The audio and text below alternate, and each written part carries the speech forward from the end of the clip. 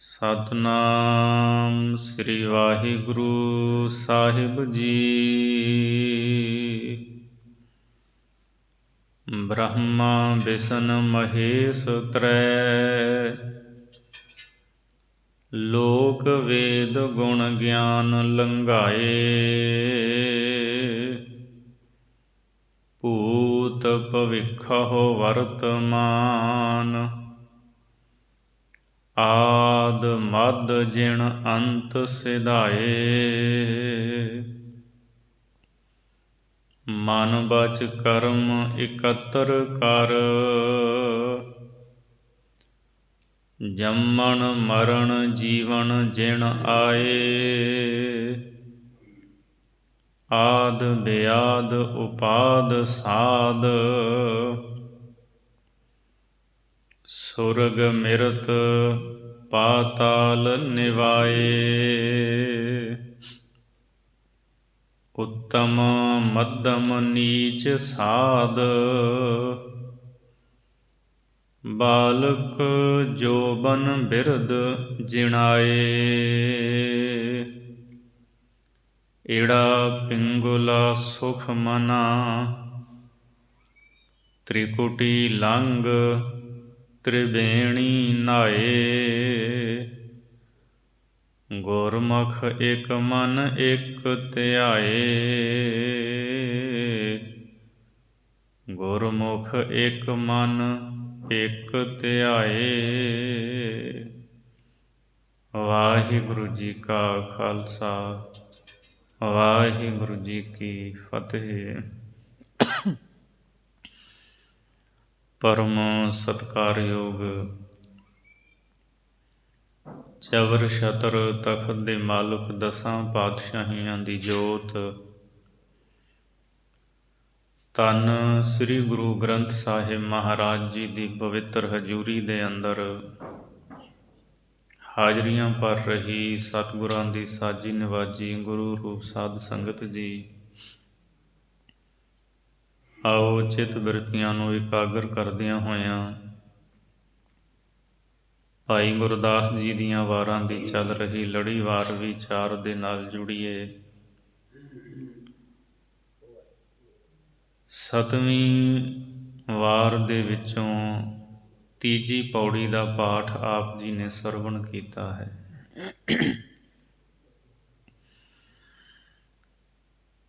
ਜਿਵੇਂ ਕੱਲ੍ਹ ਜ਼ਿਕਰ ਕੀਤਾ ਸੀ, ਇਸ ਸਤਵੀਂ ਵਾਰ ਦੇ ਵਿੱਚ ਭਾਈ ਗੁਰਦਾਸ ਸਾਹਿਬ ਜੀ ਨੇ ਸਾਨੂੰ ਦੱਸਿਆ ਹੈ, ਗੁਰਮੁਖ ਜਿਹੜੇ ਨੇ ਉਹ ਪਰਮਾਤਮਾ ਦੇ ਵਿੱਚ ਅਭੇਦ ਹੋਏ ਹਨ। ਜਿੰਨੀਆਂ ਵੀ ਅਵਸਥਾਵਾਂ ਹਨ ਉਹਨਾਂ ਨੇ ਸਾਰੀਆਂ ਨੂੰ ਹੀ ਜਿੱਤ ਲਿਆ ਹੈ। ਇਸ ਪੌੜੀ ਦੇ ਵਿੱਚ ਭਾਈ ਸਾਹਿਬ ਨੇ ਗਿਣਤੀ ਦੇ ਆਧਾਰ 'ਤੇ ਜੋ ਜੋ ਕੁਝ ਵੀ ਸੰਸਾਰ ਦੇ ਵਿੱਚ ਦ੍ਰਿਸ਼ ਤੇ ਅਦ੍ਰਿਸ਼ ਹੈ ਉਹਦਾ ਜ਼ਿਕਰ ਕਰਦਿਆਂ ਦੱਸਿਆ ਹੈ, ਗੁਰਮੁਖ ਸਾਰਿਆਂ ਨੂੰ ਹੀ ਜਿੱਤ ਗਏ ਹੈ। ਗੁਰਮੁਖਾਂ ਨੇ ਸਾਰਿਆਂ ਨੂੰ ਜਿੱਤ ਲਿਆ ਹੈ ਅਤੇ ਪਰਮਾਤਮਾ ਦੇ ਵਿੱਚ ਅਭੇਦ ਹੋ ਕੇ ਆਪ ਉਹ ਅਜੇਤੂ ਹਨ, ਕੋਈ ਉਹਨਾਂ ਨੂੰ ਜਿੱਤ ਨਹੀਂ ਸਕਦਾ। ਕੱਲ੍ਹ ਪਹਿਲੀ ਅਤੇ ਦੂਜੀ ਪੌੜੀ ਦੀ ਆਪਾਂ ਵਿਚਾਰ ਸਰਵਣ ਕੀਤੀ ਸੀ। ਪਹਿਲੀ ਪੌੜੀ ਮੰਗਲਾਚਰਨ ਦੀ, ਜਿਹਦੇ ਵਿੱਚ ਇੱਕ ਪਰਮਾਤਮਾ ਦਾ ਜ਼ਿਕਰ ਕੀਤਾ, ਗੁਰਮੁਖ ਉਸ ਇੱਕ ਵਿੱਚ ਅਭੇਦ ਹੁੰਦੇ ਹੈ। ਦੂਜੀ ਪੌੜੀ ਵਿੱਚ 2 ਦੀ ਗਿਣਤੀ ਕਰਕੇ ਦੱਸਿਆ, ਗੁਰਮੁਖ ਮੁਕਤ ਹਨ। 2 ਦੀ ਗਿਣਤੀ ਜਿਵੇਂ ਦਿਨ ਰਾਤ, ਸੁਖ ਦੁੱਖ, ਹਰਖ ਸੋਗ, ਨਿੰਦਾ ਉਸਤਤ, ਇਹਨਾਂ ਸਾਰਿਆਂ ਨੂੰ ਲੰਘ ਗਏ ਹੈ, ਸਭ ਤੋਂ ਪਾਰ ਹੋ ਗਏ ਆ ਗੁਰਮੁਖ। ਸੋ ਅੱਜ ਜਿਹੜੀ ਤੀਜੀ ਪੌੜੀ ਹੈ, ਇਹਦੇ ਵਿੱਚ ਭਾਈ ਗੁਰਦਾਸ ਜੀ 3 ਦੀ ਗਿਣਤੀ ਕਰਕੇ ਸਾਨੂੰ ਦੱਸਦੇ ਹੈ। ਗੁਰਮੁਖ ਜਿਹੜੇ ਹੈ ਤਿੰਨ ਦੀ ਗਿਣਤੀ ਵਿੱਚ ਜਿਹੜੀਆਂ ਜਿਹੜੀਆਂ ਚੀਜ਼ਾਂ ਵੀ ਆਉਂਦੀਆਂ ਨੇ, ਭਾਈ ਸਾਹਿਬ ਨੇ ਉਹ ਅਵਸਥਾ ਸਮਝਾਈ ਹੈ ਵੀ ਗੁਰਮੁਖ ਸਭ ਤੋਂ ਅੱਗੇ ਹਨ, ਸਾਰਿਆਂ ਨੂੰ ਜਿੱਤ ਲਿਆ, ਸਭ ਤੋਂ ਲੰਘ ਕੇ ਅਗਾਂਹ ਚਲੇ ਗਏ। ਸੋ ਆਓ ਭਾਈ ਗੁਰਦਾਸ ਸਾਹਿਬ ਜੀ ਇਸ ਤੀਜੀ ਪੌੜੀ ਦੇ ਵਿੱਚ ਗੁਰਮੁਖਾਂ ਦੀ ਅਵਸਥਾ ਦਾ ਜ਼ਿਕਰ ਕਰ ਰਹੇ ਹੈ। ਵਾਹਿਗੁਰੂ ਜੀ। ਬ੍ਰਹਮਾ ਬਿਸ਼ਨ ਮਹੇਸ਼ ਤ੍ਰੈ, ਲੋਕ ਵੇਦ ਗੁਣ ਗਿਆਨ ਲੰਘਾਏ। ਬ੍ਰਹਮਾ ਬਿਸ਼ਨ ਮਹੇਸ਼ ਤ੍ਰੈ, ਹੁਣ ਤਿੰਨ ਦੀ ਗਿਣਤੀ ਚੱਲੇਗੀ। ਬ੍ਰਹਮਾ, ਵਿਸ਼ਨੂੰ ਤੇ ਸ਼ਿਵ ਜੀ, ਇਹ ਤਿੰਨ ਮੁਖੀ ਦੇਵਤੇ ਹਨ। ਗੁਰਮੁਖਾਂ ਨੇ ਇਹਨਾਂ ਤਿੰਨਾਂ ਨੂੰ ਹੀ ਜਿੱਤ ਲਿਆ ਹੈ। ਬ੍ਰਹਮਾ, ਵਿਸ਼ਨੂੰ ਤੇ ਸ਼ਿਵ ਜੀ ਦੀ ਜਿਹੜੀ ਅਵਸਥਾ, ਇਹਦੇ ਤੋਂ ਵੀ ਉੱਤੇ ਅਵਸਥਾ ਹੈ ਗੁਰਮੁਖਾਂ ਦੀ। ਇਹ ਤਿੰਨ ਜਿਹੜੇ ਮੁਖੀ ਦੇਵਤੇ ਨੇ, ਗੁਰਸਿੱਖਾਂ ਨੇ ਇਹਨਾਂ ਨੂੰ ਜਿੱਤ ਲਿਆ ਹੈ। ਲੋਕ ਵੇਦ ਗੁਣ ਗਿਆਨ ਲੰਘਾਏ। ਲੋਕ ਵੇਦ ਕਹਿੰਦੇ ਹੈ ਲੋਕਾਂ ਦੇ ਵੇਦ, ਸ਼ਾਸਤਰ, ਧਰਮ ਗ੍ਰੰਥ, ਧਰਮ ਪੁਸਤਕਾਂ, ਗੁਣ ਤੇ ਤੀਜਾ ਗਿਆਨ। ਇਹ ਧਰਮ ਪੁਸਤਕਾਂ, ਗੁਣ ਤੇ ਗਿਆਨ ਦੀ ਜਿਹੜੀ ਤ੍ਰਿਕੁਟੀ ਹੈ ਨਾ, ਇਹਨਾਂ ਤੋਂ ਗੁਰਮੁਖ ਪਿਆਰੇ ਅੱਗੇ ਲੰਘ ਗਏ ਹੈ, ਲੰਘਾਏ, ਆਪਣੇ ਆਪ ਨੂੰ ਇਹਦੇ ਤੋਂ ਅੱਗੇ ਲੰਘਾ ਲਿਆ ਹੈ। ਉਹਨਾਂ ਦੇ ਅੰਦਰ ਜਿਹੜੇ ਗੁਣ ਨੇ, ਗੁਰਮੁਖਾਂ ਦੇ ਅੰਦਰ ਜਿਹੜਾ ਗਿਆਨ ਹੈ, ਰੱਬੀ ਗਿਆਨ ਦਾ ਜਿਹੜਾ ਪ੍ਰਵਾਹ ਚੱਲਦਾ ਹੈ, ਉਸ ਨੂੰ ਨਾ ਤਾਂ ਕਿਸੇ ਗ੍ਰੰਥ ਦੇ ਵਿੱਚ ਦਰਜ ਕੀਤਾ ਜਾ ਸਕਦਾ ਹੈ, ਕਿਉਂਕਿ ਸ਼ਬਦ ਹੀ ਨਹੀਂ ਲਿਖਣ ਵਾਲੇ, ਔਰ ਜਿਹੜੇ ਗੁਣ ਨੇ ਉਹਨਾਂ ਦਾ ਵੀ ਪੂਰਨ ਤੌਰ 'ਤੇ ਜ਼ਿਕਰ ਹੀ ਨਹੀਂ ਕੀਤਾ ਜਾ ਸਕਦਾ। ਗਿਆਨ ਤਾਂ ਅਸੀਮਤ ਹੈ ਉਹਨਾਂ ਦਾ। ਸੋ ਇਹ ਤਿੰਨ ਜਿਹੜੀਆਂ ਚੀਜ਼ਾਂ ਨੇ, ਬ੍ਰਹਮਾ, ਵਿਸ਼ਨੂੰ, ਸ਼ਿਵ ਜੀ, ਇਹਨਾਂ ਤੋਂ ਵੀ ਅੱਗੇ ਲੰਘ ਗਏ ਹੈ। ਧਰਮ ਪੁਸਤਕਾਂ, ਗੁਣ ਤੇ ਗਿਆਨ, ਇਹਨਾਂ ਤੋਂ ਵੀ ਅੱਗੇ ਲੰਘ ਗਏ ਹੈ ਗੁਰਮੁਖ ਸਿੱਖ ਜਿਹੜੇ ਹੈ।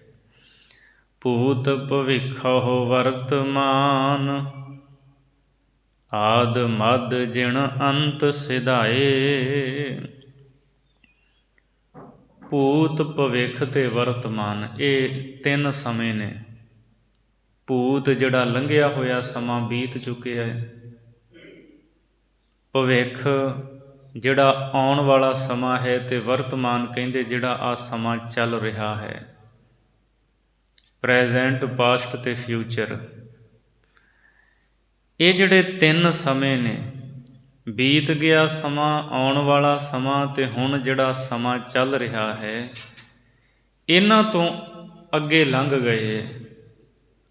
ਆਦ ਮਦ ਜਿਣ ਅੰਤ ਸਿਧਾਏ।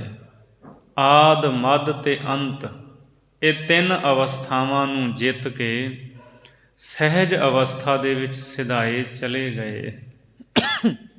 ਗੁਰਮੁਖ ਪਿਆਰੇ ਜਿਹੜੇ ਹੈ ਨਾ, ਉਹ ਸਮੇਂ ਦੇ ਗੇੜ ਵਿੱਚ ਵੀ ਨਹੀਂ, ਕਿਉਂਕਿ ਪਰਮਾਤਮਾ ਜਿਹੜਾ ਹੈ ਉਹ ਅਕਾਲ ਮੂਰਤ, ਉਹਦੀ ਹਸਤੀ ਐਸੀ ਹੈ ਜਿਹਦੇ 'ਤੇ ਕਾਲ ਦਾ, ਸਮੇਂ ਦਾ ਪ੍ਰਭਾਵ ਨਹੀਂ। ਤੇ ਗੁਰਮੁਖ ਉਹਦੇ ਵਿੱਚ ਅਭੇਦ ਹੋਏ, ਉਹਦਾ ਰੂਪ ਹੋ ਜਾਂਦੇ ਹੈ। ਇਸ ਲਈ ਉਹਨਾਂ ਨੇ ਤਿੰਨੇ ਹੀ ਸਮੇਂ ਜਿੱਤ ਲਏ ਹੈ, ਤਿੰਨਾਂ ਹੀ ਸਮਿਆਂ ਤੋਂ ਅੱਗੇ ਲੰਘ ਗਏ ਹੈ। ਭੂਤ ਕਾਲ, ਭਵਿੱਖ ਕਾਲ, ਵਰਤਮਾਨ ਕਾਲ, ਇਹਨਾਂ ਤੋਂ ਅੱਗੇ ਚਲੇ ਗਏ ਹੈ। ਤੇ ਜਿਹੜੀਆਂ ਤਿੰਨ ਅਵਸਥਾਵਾਂ ਹੁੰਦੀਆਂ ਨੇ, ਆਦ, ਮੱਧ ਤੇ ਅੰਤ।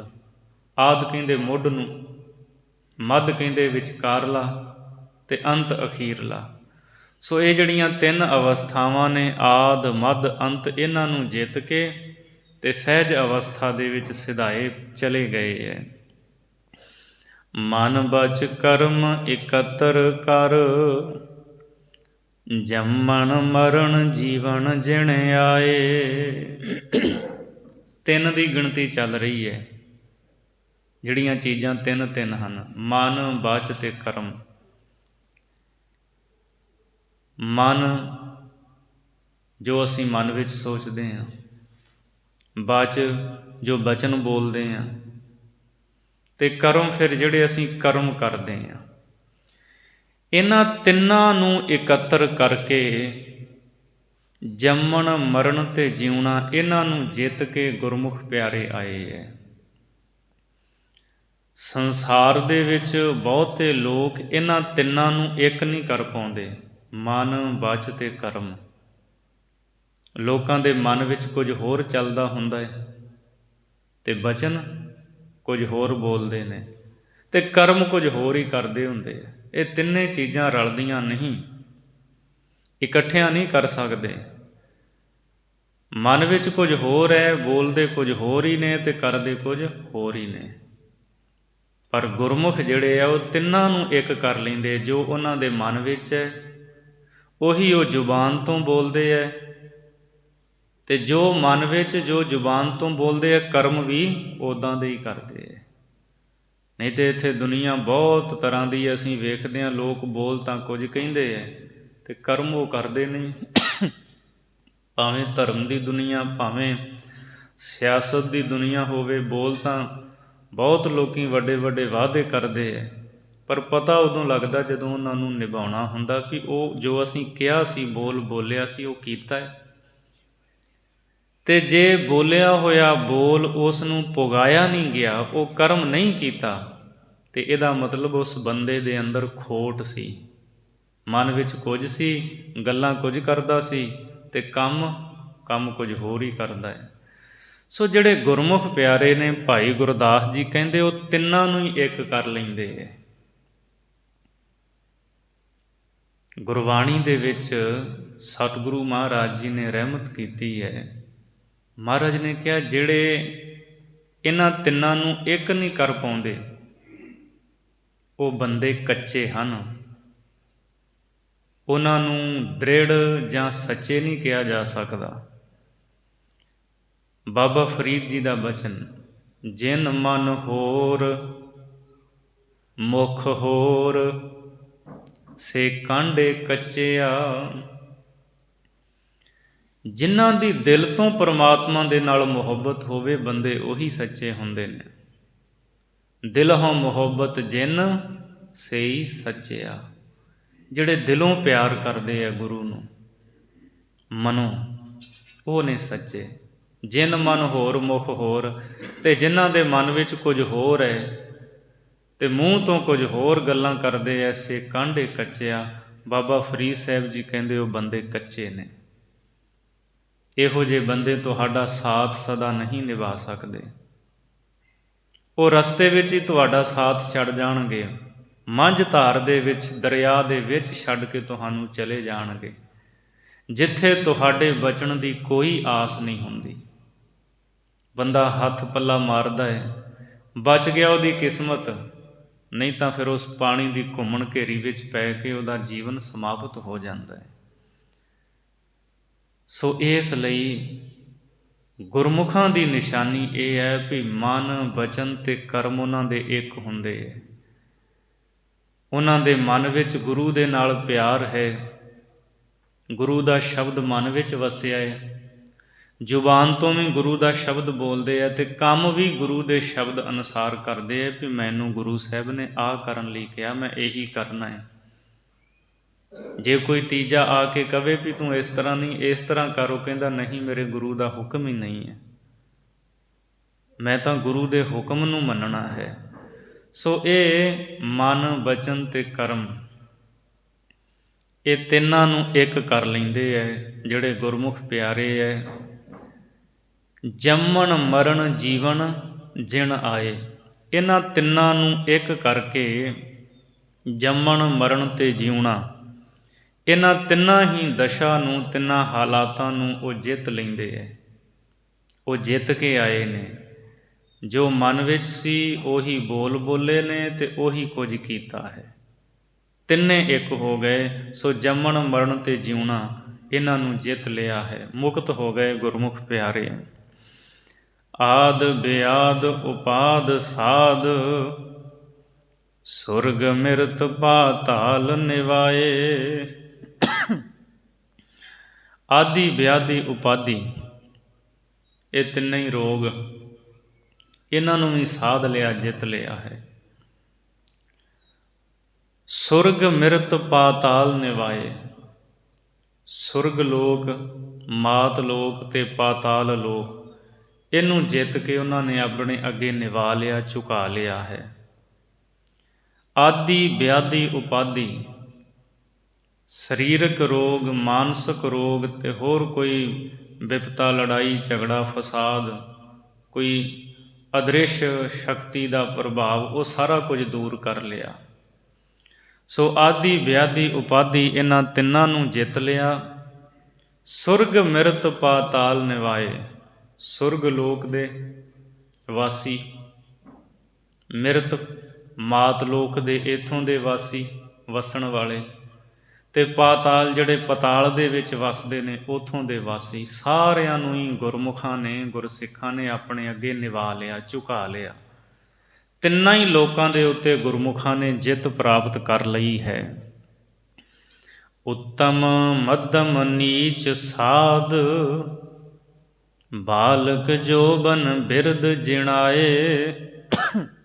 ਸੋ ਜਿਹੜੇ ਤਿੰਨ ਦਰਜੇ ਹੈ, ਉੱਤਮ ਮੱਧਮ ਤੇ ਨੀਚ, ਇਹ ਤਾਂ ਸਾਰਿਆਂ ਨੂੰ ਸਮਝ ਪੈਂਦੀ ਹੈ ਨਾ। ਉੱਤਮ ਮੱਧਮ, ਉੱਤਮ ਸਭ ਤੋਂ ਉੱਚਾ, ਮੱਧਮ ਵਿਚਕਾਰਲਾ, ਤੇ ਨੀਚ ਸਾਰਿਆਂ ਤੋਂ ਨੀਵਾਂ।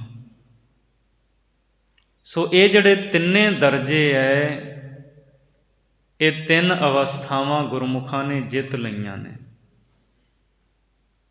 ਉੱਤਮ ਮੱਧਮ ਨੀਚ, ਇਹਨਾਂ ਤੋਂ ਵੀ ਉਹ ਅੱਗੇ ਲੰਘ ਗਏ ਹੈ। ਤੇ ਅੱਗੇ ਭਾਈ ਸਾਹਿਬ ਜੀ ਕਥਨ ਕਰਦੇ, ਬਾਲਕ ਜੋਬਨ ਬਿਰਦ ਜਿਣਾਏ। ਪਹਿਲਾਂ ਬੇਨਤੀ ਕੀਤੀ ਵੀ ਤਿੰਨ ਦੀ ਗਿਣਤੀ ਚੱਲਦੀ ਹੈ, ਤਿੰਨ ਤਿੰਨ ਚੀਜ਼ਾਂ ਨੇ ਇਹ ਜਿਹੜੀਆਂ ਇਸ ਪੌੜੀ 'ਚ ਆ ਰਹੀਆਂ ਨੇ। ਬਾਲਕ ਅਵਸਥਾ, ਜੋਬਨ ਜਵਾਨੀ ਦੀ ਅਵਸਥਾ, ਤੇ ਬਿਰਦ ਬੁਢੇਪੇ ਦੀ ਅਵਸਥਾ, ਇਹਨਾਂ ਤਿੰਨਾਂ ਨੂੰ ਹੀ ਗੁਰਮੁਖਾਂ ਨੇ ਜਿੱਤ ਲਿਆ ਹੈ। ਕਿਵੇਂ ਜਿੱਤਿਆ? ਉਹਨਾਂ ਨੇ ਨਾਮ ਸਿਮਰਨ ਕੀਤਾ, ਸੇਵਾ, ਪਰਉਪਕਾਰ। ਬਚਪਨ ਵੀ ਸਫਲ, ਜਵਾਨੀ ਵੀ ਸਫਲ, ਤੇ ਬੁਢੇਪਾ ਵੀ ਉਹਨਾਂ ਦਾ ਸਫਲ ਹੈ। ਗੁਰੂ ਤੇਗ ਬਹਾਦਰ ਮਹਾਰਾਜ ਜੀ ਨੇ ਸਲੋਕਾਂ ਦੇ ਵਿੱਚ ਇਹਨਾਂ ਤਿੰਨਾਂ ਹੀ ਅਵਸਥਾਵਾਂ ਦਾ ਜ਼ਿਕਰ ਕੀਤਾ ਹੈ। ਸਤਿਗੁਰੂ ਜੀ ਫਰਮਾਉਂਦੇ ਹੈ, ਬਾਲ ਜਵਾਨੀ ਅਰ ਬਿਰਦ ਫੁਨ, ਤੀਨ ਅਵਸਥਾ ਜਾਨ। ਕਹੋ ਨਾਨਕ ਹਰ ਭਜਨ ਬਿਨ, ਬਿਰਥਾ ਸਭ ਹੀ ਮਾਨ। ਬਾਲਕ, ਜਵਾਨੀ ਤੇ ਬੁਢੇਪਾ, ਪਾਤਸ਼ਾਹ ਜੀ ਕਹਿੰਦੇ ਇਹ ਤਿੰਨ ਅਵਸਥਾਵਾਂ ਨੇ, ਤੇ ਪ੍ਰਮਾਤਮਾ ਦੇ ਸਿਮਰਨ ਤੋਂ ਬਿਨਾਂ ਤਿੰਨੇ ਹੀ ਵਿਅਰਥ ਨੇ, ਨਿਸ਼ਫਲ ਨੇ। ਜੇ ਸਿਮਰਨ ਨਹੀਂ ਕੀਤਾ, ਬੰਦੇ ਨੇ ਤਿੰਨ ਦੀਆਂ ਤਿੰਨੇ ਹੀ ਗਵਾ ਲਈਆਂ। ਨਾ ਬਚਪਨ ਸਫਲ ਹੋਇਆ, ਨਾ ਜਵਾਨੀ ਸਫਲ ਹੋਈ, ਤੇ ਨਾ ਬੁਢੇਪਾ ਸਫਲ ਹੋਇਆ। ਸਾਰੀਆਂ ਹੀ ਵਿਅਰਥ ਚਲੀਆਂ ਗਈਆਂ। ਕਿਸੇ ਇੱਕ ਅਵਸਥਾ ਦੇ ਵਿੱਚ ਤਾਂ ਸਿਮਰਨ ਕੀਤਾ ਹੁੰਦਾ। ਬਚਪਨ ਹੱਸ ਖੇਡ ਕੇ ਲੰਘਾ ਦਿੰਦਾ ਹੈ, ਜਵਾਨੀ 'ਚ ਹੰਕਾਰ ਸ਼ਿਖਰ 'ਤੇ ਹੁੰਦਾ ਹੈ, ਸਰੀਰਕ ਬਲ ਦਾ ਹੰਕਾਰ ਹੈ, ਵਿਸ਼ਿਆਂ ਦੇ ਵਿੱਚ ਲੰਘਾ ਦਿੰਦਾ ਜਵਾਨੀ, ਤੇ ਬੁਢੇਪਾ ਧਨ ਦੌਲਤ ਨੂੰ ਇਕੱਤਰ ਕਰਨ ਦੀ ਚਿੰਤਾ ਦੇ ਵਿੱਚ ਵਿਹਾ ਦਿੰਦਾ ਹੈ। ਸੱਚੇ ਪਾਤਸ਼ਾਹ ਨੇ ਬਹੁਤ ਵਾਰ ਗੁਰਬਾਣੀ ਦੇ ਵਿੱਚ ਜ਼ਿਕਰ ਕੀਤਾ ਹੈ, 12 ਬਰਸ ਬਾਲਪਨ ਬੀਤੇ, 20 ਬਰਸ ਕਛ ਤਪ ਨ ਕੀਓ, 30 ਬਰਸ ਕਛ ਦੇਵ ਨ ਪੂਜਾ, ਫਿਰ ਪਛਤਾਨਾ ਬਿਰਧ ਭਇਓ, ਮੇਰੀ ਮੇਰੀ ਕਰਤੇ ਜਨਮ ਗਇਓ। ਮੈਂ ਮੇਰੀ ਕਰਦਿਆਂ ਬੰਦੇ ਦੀ ਸਾਰੀ ਜ਼ਿੰਦਗੀ ਲੰਘ ਜਾਂਦੀ ਹੈ। ਸੋ ਮਹਾਰਾਜ ਜੀ ਕਹਿੰਦੇ ਜਿਹੜੇ ਗੁਰਮੁਖ ਨੇ ਨਾ, ਉਹਨਾਂ ਨੇ ਬਾਲਕ, ਜਵਾਨੀ ਤੇ ਬੁਢੇਪਾ, ਇਹਨਾਂ ਤਿੰਨਾਂ ਨੂੰ ਜਿੱਤ ਲਿਆ ਹੈ। ਪਰਮੇਸ਼ਰ ਦਾ ਨਾਮ ਜਪ ਕੇ ਸਫਲ ਬਣਾ ਲਿਆ ਹੈ। ਏੜਾ ਪਿੰਗੁਲਾ ਸੁਖ ਮਨਾ, ਤ੍ਰਿਕੁਟੀ ਲੰਗ ਤ੍ਰਿਵੇਣੀ ਨਾਏ। ਏੜਾ ਪਿੰਗਲਾ ਤੇ ਸੁਖ ਮਨਾ, ਇਹ ਜਿਹੜੇ ਜੋਗੀ ਨੇ ਨਾ ਪ੍ਰਾਣਾਯਾਮ ਕਰਦੇ ਹੈ, ਯੋਗ ਸਾਧਨਾ ਕਰਦੇ ਹੈ, ਈੜਾ, ਪਿੰਗਲਾ, ਸੁਖਮਨਾ, ਇਹ ਤਿੰਨ ਨਾੜੀਆਂ ਹੁੰਦੀਆਂ ਜਿਨ੍ਹਾਂ ਦੇ ਰਾਹੀਂ ਉਹ ਸਵਾਸ ਦਸਮ ਦੁਆਰ ਦੇ ਵਿੱਚ ਚੜ੍ਹਾ ਕੇ ਟਿਕਾਉਂਦੇ ਹੈ, ਉਤਾਰਦੇ ਹੈ। ਸੋ ਜਿਹੜੀਆਂ ਤਿੰਨ ਚੀਜ਼ਾਂ ਹੁਣ ਉਹਨੂੰ ਤ੍ਰਿਕੁਟੀ ਕਹਿ ਦਿੰਦੇ, ਜਿਵੇਂ ਪੰਜਾਬੀ 'ਚ ਨਹੀਂ ਕਹਿੰਦੇ ਤਿੱਕੜੀ, ਤ੍ਰਿਕੁਟੀ ਮਤਲਬ ਤਿੰਨ ਚੀਜ਼ਾਂ। ਉਸ ਤਰ੍ਹਾਂ ਤ੍ਰਿਕੁਟੀ ਪ੍ਰਵੱਟਿਆਂ ਦੇ ਵਿਚਕਾਰਲੇ ਥਾਂ ਨੂੰ ਵੀ ਕਿਹਾ ਜਾਂਦਾ ਹੈ, ਪਰ ਬਹੁਤ ਥਾਵਾਂ 'ਤੇ ਤ੍ਰਿਕੁਟੀ ਇਹ ਸ਼ਬਦ ਤਿੰਨਾਂ ਚੀਜ਼ਾਂ ਦੇ ਸੁਮੇਲ ਨੂੰ ਕਿਹਾ ਜਾਂਦਾ ਹੈ। ਸੋ ਭਾਈ ਗੁਰਦਾਸ ਜੀ ਕਹਿੰਦੇ ਜਿਹੜੀਆਂ ਤਿੰਨ ਨਾੜੀਆਂ ਨੇ ਨਾ, ਪ੍ਰਾਣਾਯਾਮ ਦੀਆਂ ਨਾੜੀਆਂ, ਇਸ ਤ੍ਰਿਕੁਟੀ ਨੂੰ ਲੰਘ ਕੇ ਗੁਰਮੁਖ ਪਿਆਰੇ ਜਿਹੜੇ ਹੈ ਉਹ ਸਵੈ ਸਰੂਪ ਤ੍ਰਿਵੇਣੀ ਦੇ ਵਿੱਚ ਨਹਾਉਂਦੇ ਹੈ। ਜੋਗੀ ਲੋਕ ਤਾਂ ਇਹਨਾਂ ਨਾੜੀਆਂ ਦੇ ਰਾਹੀਂ ਸਵਾਸ ਚੜ੍ਹਾਉਂਦੇ, ਲਾਉਂਦੇ, ਪ੍ਰਾਣਾਯਾਮ ਕਰਦੇ ਹੈ। ਸੋ ਪ੍ਰਾਣਾਯਾਮ ਦੀਆਂ ਇਹਨਾਂ ਤਿੰਨਾਂ ਨਾੜੀਆਂ ਦੀ ਤ੍ਰਿਕੁਟੀ ਨੂੰ ਵੀ ਲੰਘ ਗਏ ਹੈ, ਗੁਰਮੁਖ ਅੱਗੇ ਚਲੇ ਗਏ ਹੈ। ਯੋਗ ਸਾਧਨਾ ਤੋਂ ਤਾਂ ਕਿਤੇ ਅੱਗੇ ਦੀ ਅਵਸਥਾ ਹੈ ਗੁਰਮੁਖਾਂ ਦੀ। ਅਤੇ ਤ੍ਰਿਵੇਣੀ ਨਹਾਏ ਉਹ ਸਵੈ ਸਰੂਪ ਵਿੱਚ ਨਹਾਉਂਦੇ ਹੈ, ਜਾਂ ਇਉਂ ਕਹਿ ਲਓ ਵੀ ਉਹ ਸਹਿਜ ਪਦ ਦੇ ਵਿੱਚ ਇਸ਼ਨਾਨ ਕਰਦੇ ਹੈ ਗੁਰਮੁਖ ਪਿਆਰੇ। ਗੁਰਮੁਖ ਇੱਕ ਮਨ ਇੱਕ ਧਿਆਏ। ਭਾਈ ਗੁਰਦਾਸ ਸਾਹਿਬ ਨੂੰ ਪੁੱਛੀਏ ਵੀ ਭਾਈ ਸਾਹਿਬ ਜੀ ਤੁਸੀਂ ਇਹ ਦੱਸੋ ਵੀ ਇਹ ਜਿਹੜੀ ਅਵਸਥਾ ਗੁਰਮੁਖਾਂ ਦੀ ਤੁਸੀਂ ਦੱਸੀ ਹੈ, ਇਹ ਅਵਸਥਾ ਕਿਵੇਂ ਉਹਨਾਂ ਨੂੰ ਮਿਲਦੀ ਹੈ? ਤੁਸੀਂ ਕਿੰਨਿਆਂ ਦਾ ਜ਼ਿਕਰ ਕੀਤਾ, ਬ੍ਰਹਮਾ, ਵਿਸ਼ਨੂੰ, ਸ਼ਿਵ ਜੀ, ਇਹਨਾਂ ਨੂੰ ਵੀ ਜਿੱਤ ਲਿਆ। ਧਰਮ, ਪੁਸਤਕ, ਗੁਣ, ਗਿਆਨ, ਇਹਨਾਂ ਤੋਂ ਵੀ ਅੱਗੇ ਲੰਘ ਗਏ। ਮਨ, ਬਚ, ਕਰਮ ਇੱਕ ਕਰਕੇ ਜੰਮਣ, ਮਰਨ, ਜੀਵਨ ਤੋਂ ਵੀ ਅੱਗੇ ਚਲੇ ਗਏ। ਸੋ ਸਾਰਿਆਂ ਦਾ ਜੋ ਪੌੜੀ ਵਿੱਚ ਜ਼ਿਕਰ ਕੀਤਾ ਹੈ ਵੀ ਇਹ ਅਵਸਥਾ ਉਹਨਾਂ ਨੂੰ ਮਿਲਦੀ ਕਿਵੇਂ ਹੈ, ਕਿਵੇਂ ਇੱਥੋਂ ਤੱਕ ਉਹ ਪੁੱਜੇ ਹੈ। ਭਾਈ ਸਾਹਿਬ ਦੱਸਦੇ ਹੈ, ਗੁਰਮੁਖ ਇੱਕ ਮਨ ਇੱਕ ਧਿਆਏ। ਗੁਰਮੁਖਾਂ ਨੇ ਇੱਕ ਮਨ ਹੋ ਕਰਕੇ ਇੱਕ ਪਰਮਾਤਮਾ ਨੂੰ ਚੇਤੇ ਕੀਤਾ ਹੈ, ਤਾਂ ਉਹਨਾਂ ਨੂੰ ਇਹ ਅਵਸਥਾ ਮਿਲੀ ਹੈ। ਉਹ ਫੋਕੇ ਕਰਮ ਕਾਂਡਾਂ ਦੇ ਵਿੱਚ ਨਹੀਂ ਪਏ, ਉਹਨਾਂ ਨੇ ਕੋਈ ਵੀ ਵਿਖਾਵੇ ਦਾ ਕਰਮ ਨਹੀਂ ਕੀਤਾ, ਕੋਈ ਪਖੰਡ ਨਹੀਂ ਕੀਤਾ, ਇੱਕ ਮਨ ਹੋ ਕੇ ਸਿਮਰਨ ਕੀਤਾ, ਜਿਹਦੀ ਬਦੌਲਤ ਉਹ ਇਸ ਅਵਸਥਾ ਦੇ ਉੱਤੇ ਪੁੱਜੇ ਹਨ। ਹੁਣ ਅਗਲੀ ਚੌਥੀ ਪੌੜੀ ਦੇ ਵਿੱਚ 4 ਦਾ ਜ਼ਿਕਰ ਕਰਨਗੇ। ਗਿਣਤੀ ਕਿਹੜੀ ਆਵੇਗੀ? 4। ਇਹਦੇ ਵਿੱਚ 3 ਦੀ ਗਿਣਤੀ ਸੀ। ਚੌਥੀ ਪੌੜੀ ਦੇ ਵਿੱਚ ਚੌਕੜੀ ਦਾ ਜ਼ਿਕਰ ਹੈ। ਗੁਰਮੁਖ ਜਿਹੜੇ ਹੈ ਉਹ ਇਹ ਜਿਹੜੀ ਚੌਕੜੀ ਹੈ ਇਹਦੇ ਤੋਂ ਲੰਘ ਕੇ ਅੱਗੇ ਚਲੇ ਗਏ, ਪਾਰ ਹੋ ਗਏ ਨੇ।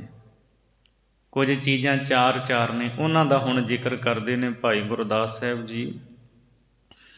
ਅੰਡਜ ਜੇਰਜ ਸਾਧ ਕੈ, ਸੇ ਤਜ ਉਤ ਭੁਜ ਖਾਣੀ ਬਾਣੀ। ਅੰਡਜ ਜੇਰਜ ਸੇਤਜ ਉਤ ਭੁਜ, ਇਹ 4 ਖਾਣੀਆਂ ਹਨ। ਪਰਾ, ਪਸੰਤੀ, ਮਧਮਾ, ਬੈਖਰੀ, ਇਹ 4 ਬਾਣੀਆਂ ਹਨ। ਵੈਸੇ ਜ਼ਿਕਰ ਪਹਿਲਾਂ ਵੀ ਕਈ ਵਾਰਾਂ ਕੀਤਾ ਇਹਨਾਂ ਦਾ।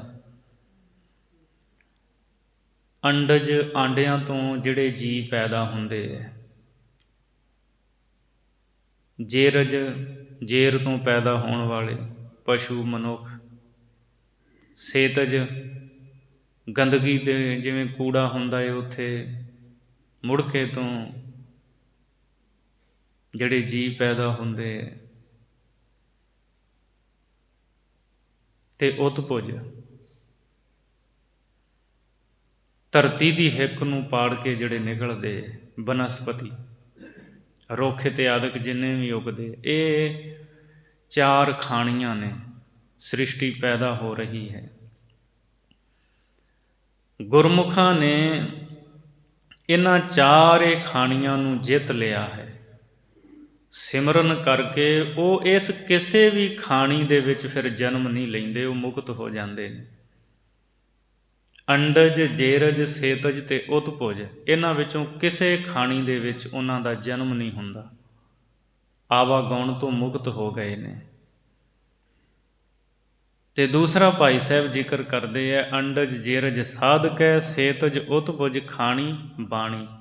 ਬਾਣੀ ਚਾਰ ਬਾਣੀਆਂ ਹਨ, ਪਰਾ ਪਸੰਤੀ ਮੱਧਮਾ ਬੈਖਰੀ। ਇਹਦੇ ਤੋਂ ਵੀ ਅੱਗੇ ਲੰਘ ਗਏ। ਪਰਾ ਬਾਣੀ ਜਿਹੜੀ ਹੈ ਬੋਲ, ਉਹਦਾ ਨਾਭੀ ਦੇ ਵਿੱਚ ਵਾਸਾ, ਧੁਨੀ ਦੇ ਵਿੱਚ, ਇੱਥੋਂ ਬੋਲ ਉੱਠ ਕੇ ਆਉਂਦਾ ਹੈ, ਅਸੀਂ ਬੋਲਦੇ ਹਾਂ। ਪਸੰਤੀ ਉਹਦਾ ਹਿਰਦੇ ਦੇ ਵਿੱਚ ਵਾਸਾ ਹੈ। ਮੱਧਮਾ ਉਹ ਕੰਠ ਵਿੱਚ ਵਸਦੀ ਹੈ, ਗਲੇ 'ਚ। ਤੇ ਬੈਖਰੀ ਜੋ ਜ਼ੁਬਾਨ ਤੋਂ ਅਸੀਂ ਬੋਲ ਰਹੇ ਹਾਂ। ਬੈਖਰੀ ਬਾਣੀ ਦੇ ਰਾਹੀਂ ਅਸੀਂ ਗੱਲ ਕਹਿ ਕੇ ਕਿਸੇ ਦੂਜੇ ਨੂੰ ਸਮਝਾਉਂਦੇ ਹਾਂ। ਕੀਰਤਨ ਹੁੰਦਾ ਹੈ, ਕਥਾ ਹੁੰਦੀ ਹੈ, ਜਾਂ ਆਮ ਆਪਾਂ ਬੋਲ ਚੱਲ ਘਰ ਵਿੱਚ ਬਹਿ ਕੇ ਗੱਲਾਂ ਬਾਤਾਂ ਕਰਦੇ ਹਾਂ, ਇਹਨੂੰ ਬੈਖਰੀ ਬਾਣੀ ਕਹਿੰਦੇ ਹੈ। ਅਤੇ ਜੇ ਅਸੀਂ ਮੱਧਮਾ ਉਸ ਬਾਣੀ ਨੂੰ ਆਪਣੇ ਕੰਠ ਵਿੱਚ ਹੀ ਰੱਖੀਏ, ਇਕੱਲਾ ਗਲਾ ਹੀ ਹਿਲਾਈਏ, ਜ਼ੁਬਾਨ ਬੋਲੀਏ ਨਾ, ਦੂਜੇ ਨੂੰ ਥੋੜ੍ਹੀ ਸਮਝ ਲੱਗੇਗੀ ਵੀ ਕੀ ਕਹਿ ਰਿਹਾ, ਜਾਂ ਸਾਡੇ ਹਿਰਦੇ ਵਿੱਚ ਅੰਦਰ ਹੀ ਹੈ ਗੱਲ।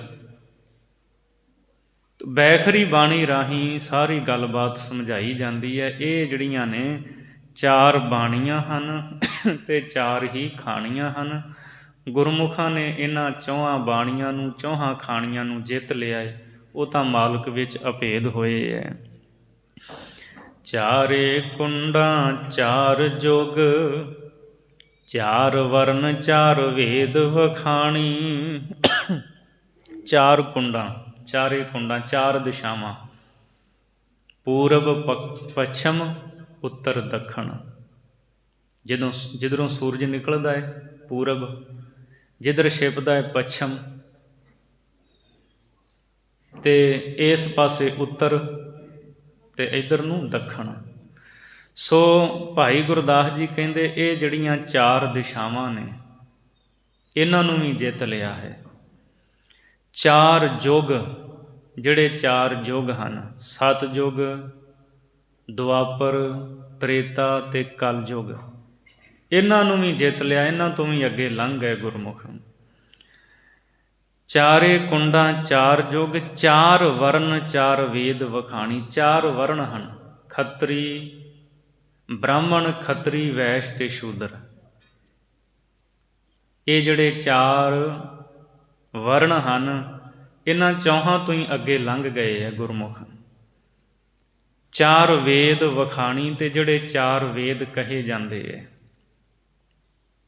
ਸਨਾਤਨ ਮਤ ਦੇ ਚਾਰ ਮੁੱਖ ਗ੍ਰੰਥ, ਰਿਗਵੇਦ, ਯਜੁਰਵੇਦ, ਸਾਮਵੇਦ ਅਤੇ ਅਥਰਵਣ ਵੇਦ।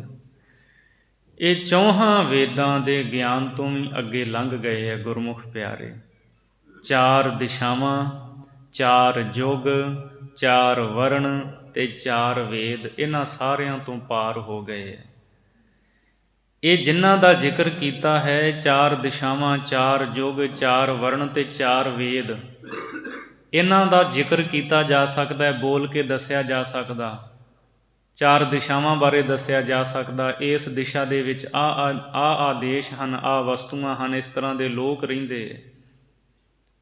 ਅਤੇ ਇਸੇ ਤਰ੍ਹਾਂ ਚਾਰ ਯੁੱਗਾਂ ਬਾਰੇ ਬੋਲ ਕੇ ਦੱਸਿਆ ਜਾ ਸਕਦਾ। ਸਤਿਯੁਗ ਦੇ ਵਿੱਚ ਇਸ ਤਰ੍ਹਾਂ ਦਾ ਵਰਤਾਰਾ ਸੀ, ਦੁਆਪਰ ਦੇ ਵਿੱਚ ਫਿਰ ਇਸ ਤਰ੍ਹਾਂ ਦਾ ਵਰਤਾਰਾ ਹੋ ਗਿਆ, ਤ੍ਰੇਤੇ ਵਿੱਚ ਇਸ ਤਰ੍ਹਾਂ ਦਾ, ਕਲਯੁੱਗ ਵਿੱਚ ਹੁਣ ਇਸ ਤਰ੍ਹਾਂ ਦਾ ਵਰਤਾਰਾ ਹੈ। ਇਹਦੇ ਬਾਰੇ ਬੋਲ ਕੇ ਦੱਸਿਆ ਜਾ ਸਕਦਾ। ਚਾਰ ਵਰਨਾਂ ਬਾਰੇ ਦੱਸਿਆ ਜਾ ਸਕਦਾ, ਬ੍ਰਾਹਮਣਾਂ ਦੀ ਕੀ ਰੀਤੀ ਮਰਿਆਦਾ ਹੈ, ਖੱਤਰੀ ਕੀ ਕਰਮ ਕਰਦੇ ਨੇ, ਪੂਜਾ ਦਾ ਉਹਨਾਂ ਦਾ ਕੀ ਵਿਧਾਨ ਹੈ, ਸ਼ੂਦਰਾਂ ਬਾਰੇ ਦੱਸਿਆ ਜਾ ਸਕਦਾ, ਵੈਸ਼ ਜਿਹੜੇ ਨੇ ਉਹਨਾਂ ਬਾਰੇ ਦੱਸਿਆ ਜਾ ਸਕਦਾ। ਇਹ ਚਾਰ ਵਰਨਾਂ ਦੀ ਗੱਲ ਬੋਲ ਕੇ ਦੱਸੀ ਜਾ ਸਕਦੀ ਹੈ। ਅਤੇ ਇਸੇ ਤਰ੍ਹਾਂ ਚਾਰ ਵੇਦਾਂ ਬਾਰੇ ਵੀ ਦੱਸਿਆ ਜਾ ਸਕਦਾ। ਰਿਗਵੇਦ ਦੇ ਵਿੱਚ ਕੀ ਲਿਖਿਆ, ਉਹਦਾ ਕੀ ਸਿਧਾਂਤ ਹੈ, ਸਾਮਵੇਦ ਦਾ ਸਿਧਾਂਤ ਕੀ ਹੈ, ਉਹਦੇ ਵਿੱਚ ਕੀ ਜ਼ਿਕਰ ਕੀਤਾ ਹੈ, ਯਜੁਰਵੇਦ ਦੇ ਵਿੱਚ ਕੀ ਜ਼ਿਕਰ ਆਇਆ, ਕੀ ਲਿਖਿਆ ਹੈ, ਕੀ ਵਿਧਾਨ ਦੱਸਿਆ ਉਹਦੇ ਵਿੱਚ, ਅਥਰਵਣ ਵੇਦ ਦੇ ਵਿੱਚ ਕੀ ਕੀ ਲਿਖਿਆ, ਉਹਦਾ ਸਿਧਾਂਤ ਕੀ ਹੈ। ਇਹ ਸਾਰਿਆਂ ਦੇ ਬਾਰੇ ਬੋਲ ਕੇ ਦੱਸਿਆ ਜਾ ਸਕਦਾ ਹੈ। ਪਰ ਗੁਰਮੁਖ ਇਹਨਾਂ ਸਭ ਤੋਂ ਅੱਗੇ ਲੰਘ ਗਏ ਹੈ। ਜਿਸ ਅਵਸਥਾ ਦੇ ਵਿੱਚ ਉਹ ਪਹੁੰਚੇ ਹੈ ਨਾ, ਭਾਈ ਗੁਰਦਾਸ ਸਾਹਿਬ ਜੀ ਕਹਿੰਦੇ ਬੋਲ ਕੇ ਨਹੀਂ ਦੱਸਿਆ ਜਾ ਸਕਦਾ। ਕੁਝ ਗੱਲਾਂ ਐਸੀਆਂ ਹੁੰਦੀਆਂ ਨੇ ਉੱਥੇ ਸ਼ਬਦ ਹੀ ਨਹੀਂ ਵੀ ਇਸ ਨੂੰ ਕਿਹੜੇ ਸ਼ਬਦ ਦੇ ਨਾਲ ਸਮਝਾਇਆ ਜਾਵੇ ਅਤੇ ਕਿਵੇਂ ਬੋਲ ਕੇ ਦੱਸਿਆ ਜਾਵੇ। ਇਹ ਜਿਨ੍ਹਾਂ ਦਾ ਜ਼ਿਕਰ ਭਾਈ ਸਾਹਿਬ ਜੀ ਕਰ ਰਹੇ ਨੇ ਇਹਨਾਂ ਬਾਰੇ ਬੋਲ ਕੇ ਦੱਸਿਆ ਜਾ ਸਕਦਾ, ਪਰ ਗੁਰਮੁਖਾਂ ਬਾਰੇ ਕੁਛ ਨਹੀਂ ਦੱਸਿਆ ਜਾ ਸਕਦਾ। ਜਿੱਥੇ ਉਹ ਪਹੁੰਚ ਗਏ ਹੈ, ਜਿਸ ਅਵਸਥਾ ਦੇ ਵਿੱਚ ਉਹ ਰਹਿੰਦੇ ਹੈ, ਆਨੰਦ ਮਾਣਦੇ ਹੈ, ਪਰਮਾਨੰਦ, ਉਹਦੇ ਬਾਰੇ ਤਾਂ ਬੋਲ ਹੀ ਨਹੀਂ ਕੋਈ ਬਣਿਆ ਅੱਜ ਤੱਕ ਵੀ ਬੋਲ ਕੇ ਦੱਸਿਆ ਜਾ ਸਕੇ। ਗੁਰਬਾਣੀ ਦੇ ਵਿੱਚ ਇਸੇ ਨੂੰ ਮੇਰੇ ਸਤਿਗੁਰੂ ਨੇ ਸਮਝਾਇਆ, ਕਹੋ ਕਬੀਰ ਗੂੰਗਾ ਗੁੜ ਖਾਇਆ, ਪੂਛੇ ਤੇ ਕਿਆ ਕਹੀਏ। ਬਾਬਾ ਕਬੀਰ ਜੀ ਕਹਿੰਦੇ ਕਿ ਗੂੰਗੇ ਨੂੰ ਗੁੜ ਦੇ ਦਿੱਤਾ, ਉਹਨੇ ਖਾ ਲਿਆ, ਤੇ ਉਹਨੂੰ ਪੁੱਛੀਏ ਵੀ ਹਾਂ ਉਹ ਬੋਲ ਹੀ ਨਹੀਂ ਪਾਉਂਦਾ, ਉਹ ਹੈ ਹੀ ਗੂੰਗਾ, ਉਹ ਬੋਲ ਕੇ ਨਹੀਂ ਨਾ ਕਹਿ ਸਕਦਾ ਇਹ ਮਿੱਠਾ ਹੈ। ਇਸੇ ਤਰ੍ਹਾਂ ਉਹ ਜਿਹੜੀ ਅਵਸਥਾ ਹੈ ਨਾ ਗੁਰਮੁਖਾਂ ਦੀ, ਬੋਲ ਕੇ ਨਹੀਂ ਦੱਸੀ ਜਾ ਸਕਦੀ, ਸਿਰਫ ਸਿਮਰਨ ਕਰਕੇ ਉਹਨੂੰ ਮਾਣਿਆ ਜਾ ਸਕਦਾ ਹੈ। ਬਾਕੀ ਸਾਰਾ ਕੁਝ ਗਿਣਤੀ ਮਿਣਤੀ ਵਿੱਚ ਹੈ। ਗੁਰਮੁਖ ਅੱਗੇ ਲੰਘ ਗਏ ਹੈ, ਗਿਣਤੀਆਂ ਮਿਣਤੀਆਂ ਤੋਂ ਬਾਹਰੇ ਨੇ। ਧਰਮ ਅਰਥ ਕਾਮ ਮੋਖ ਜਿਣ, ਰਾਜ ਤਮ ਸਤ ਗੁਣ ਤੁਰੀਆ ਰਾਣੀ। ਪਦਾਰਥ ਕਿੰਨੇ ਨੇ? 4। ਸੁਖਮਨੀ ਸਾਹਿਬ ਤੁਸੀਂ ਪੜ੍ਹਦੇ ਹੋ, 4 ਪਦਾਰਥ ਜੇ ਕੋ ਮੰਗੈ, ਸਾਧ ਜਨਾਂ ਕੀ ਸੇਵਾ ਲਾਗੈ। ਮਹਾਰਾਜ ਕਹਿੰਦੇ ਜਿਹਨੂੰ 4 ਪਦਾਰਥ ਚਾਹੀਦੇ ਨੇ ਉਹ ਨਾਮ ਰਸੀਆਂ ਦੀ ਸੇਵਾ ਕਰੇ ਜਾਂ ਗੁਰੂ ਦੀ ਸੇਵਾ ਕਰੇ, 4 ਪਦਾਰਥ ਮਿਲ ਜਾਣਗੇ। 4 ਪਦਾਰਥ ਉਹਨਾਂ ਦਾ ਜ਼ਿਕਰ ਭਾਈ ਸਾਹਿਬ ਕਰ ਰਹੇ, ਉਹ ਕਿਹੜੇ ਨੇ? ਧਰਮ, ਅਰਥ, ਕਾਮ ਤੇ ਮੋਖ। ਧਰਮ ਤੇ ਅਰਥ ਹੁੰਦਾ ਲੋੜ, ਕਾਮ ਦਾ ਅਰਥ ਕਾਮਨਾ, ਜੋ ਮਨ ਵਿੱਚ ਚਾਹੁੰਦੇ ਆ, ਤੇ ਮੋਖ ਮੁਕਤੀ। ਇਹ 4 ਪਦਾਰਥਾਂ ਦੇ ਵਿੱਚ ਹੀ ਸਭ ਕੁਝ ਆ ਜਾਂਦੇ ਹੈ।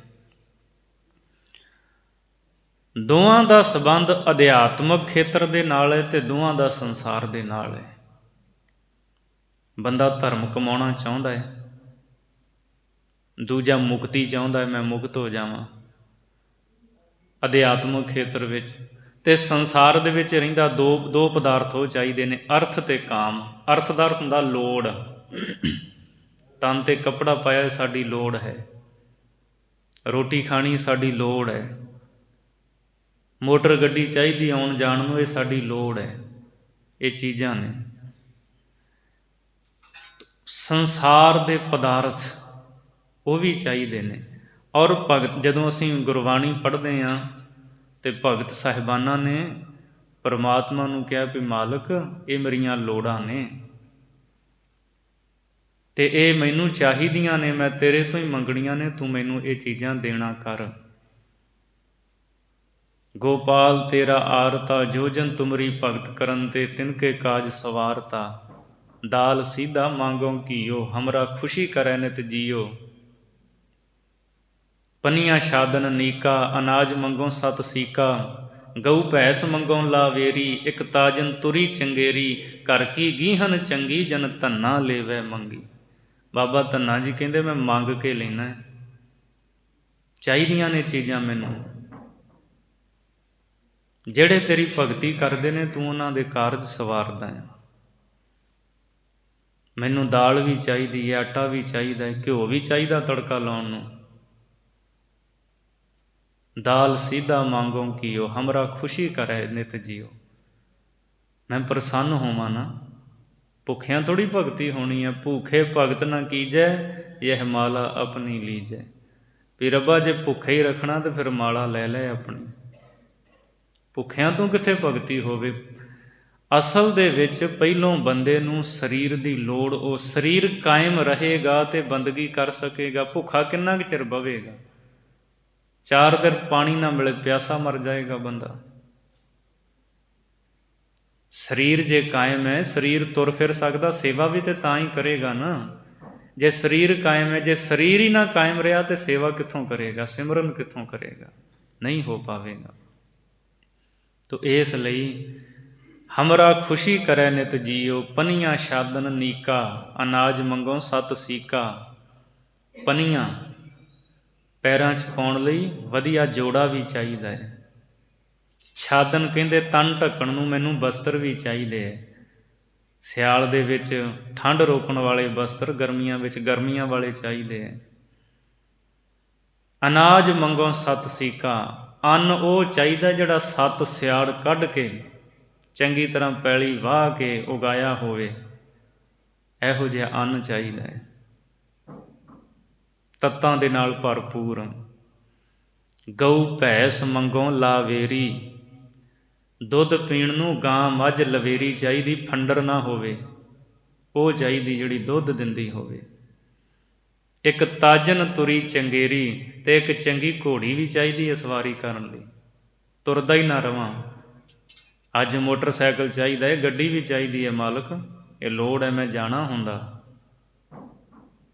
ਇੱਕ ਤਾਜਨ ਤੁਰੀ ਚੰਗੇਰੀ, ਘਰ ਕੀ ਗੀਹਨ ਚੰਗੀ, ਅਤੇ ਘਰ ਵਾਲੀ ਵੀ ਚੰਗੀ ਚਾਹੀਦੀ ਹੈ, ਆਖੇ ਲੱਗਣ ਵਾਲੀ, ਬਚਨ ਮੰਨਣ ਵਾਲੀ ਹੋਵੇ, ਸਿਮਰਨ ਵਾਲੀ ਹੋਵੇ, ਬੰਦਗੀ ਵਾਲੀ ਹੋਵੇ। ਜਨ ਧੰਨਾ ਲੇਵੈ ਮੰਗੀ, ਭਗਤ ਧੰਨਾ ਜੀ ਕਹਿੰਦੇ ਰੱਬਾ ਇਹ ਮੰਗ ਕੇ ਲੈਣਾ ਤੈਨੂੰ, ਤੇ ਮੇਰੀ ਲੋੜ ਹੈ, ਚਾਹੀਦੀਆਂ ਨੇ।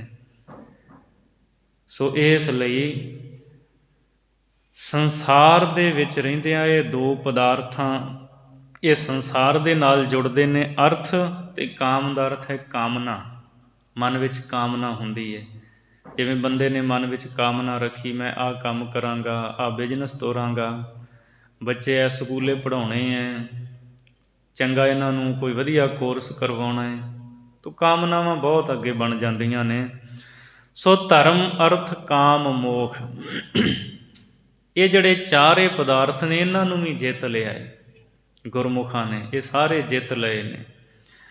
ਰਜ ਤਮ ਸਤਗੁਣ ਤੁਰਿਆ ਰਾਣੀ, ਰਜੋ ਤਮੋ ਸਤੋ, ਇਹ ਗੁਣ ਨੇ, ਰਜੋ ਗੁਣ, ਤਮੋ ਗੁਣ, ਸਤੋ ਗੁਣ, ਅਤੇ ਇਹਨਾਂ ਤੋਂ ਅੱਗੇ ਲੰਘ ਕੇ ਫਿਰ ਤੁਰਿਆ ਰਾਣੀ, ਜਿਹੜੀ ਤੁਰਿਆ ਅਵਸਥਾ ਨਾ, ਸਹਿਜ ਪਦ ਜਿਹਨੂੰ ਚੌਥਾ ਪਦ ਕਹਿ ਦਿੰਦੇ, ਉਹਦੇ ਵਿੱਚ ਪਹੁੰਚਿਆ ਜਾਂਦਾ ਹੈ।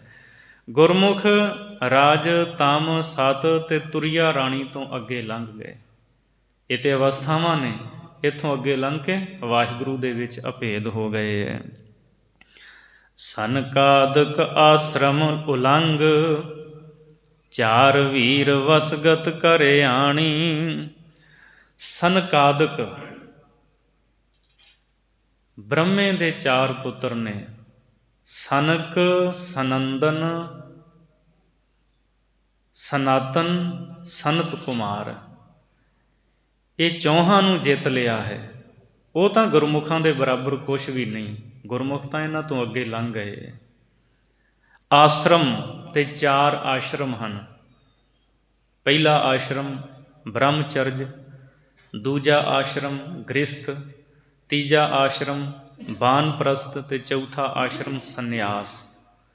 ਸੋ ਇਹਨਾਂ 4 ਹੀ ਆਸ਼ਰਮਾਂ ਤੋਂ ਗੁਰੂ ਕੇ ਸਿੱਖ ਗੁਰਮੁਖ ਪਿਆਰੇ ਜਿਹੜੇ ਆ ਉਹ ਅੱਗੇ ਲੰਘ ਗਏ।